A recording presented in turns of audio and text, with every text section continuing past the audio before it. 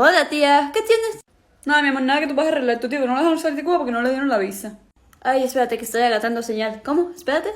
Nada, que a tu tío no lo dejaron salir de Cuba, no le dieron la visa, entonces ahora no lo puedo ver. Ah, pues si quieres yo te puedo ayudar. Ay, mi niña tan linda. ¿Cómo crees, mamá? No te preocupes, no pasa nada. No, en serio, si me das algo a cambio le consigo la visa. Ay, mira, hazme el favor. A ver, ¿qué quieres a cambio? $10,000. No, tía, con 10 chocolates está bien. Ay, esta niña. A ver, yo te compro los 10 chocolates, consíguele la visa. Vale. Bueno, Ay, qué cómica ella. Como ella hace, como si ella pudiera conseguir eso. listo, ya quedó. Ya hasta le conseguí un avión, ya viene en camino. Ay, Dios mío. A ver, lo voy a llamar para ver si es verdad. Oye, ¿cómo? ¿Cómo que te consigo? ¿Victoria? Te dije. Ah, no, entonces espérate para que me ayudes a sacar a mami, a papi, a la tía, tío, a todo el mundo. No, espérate, es que soy... Ya no me des nada, no te preocupes. Adiós. Oye, pero niña.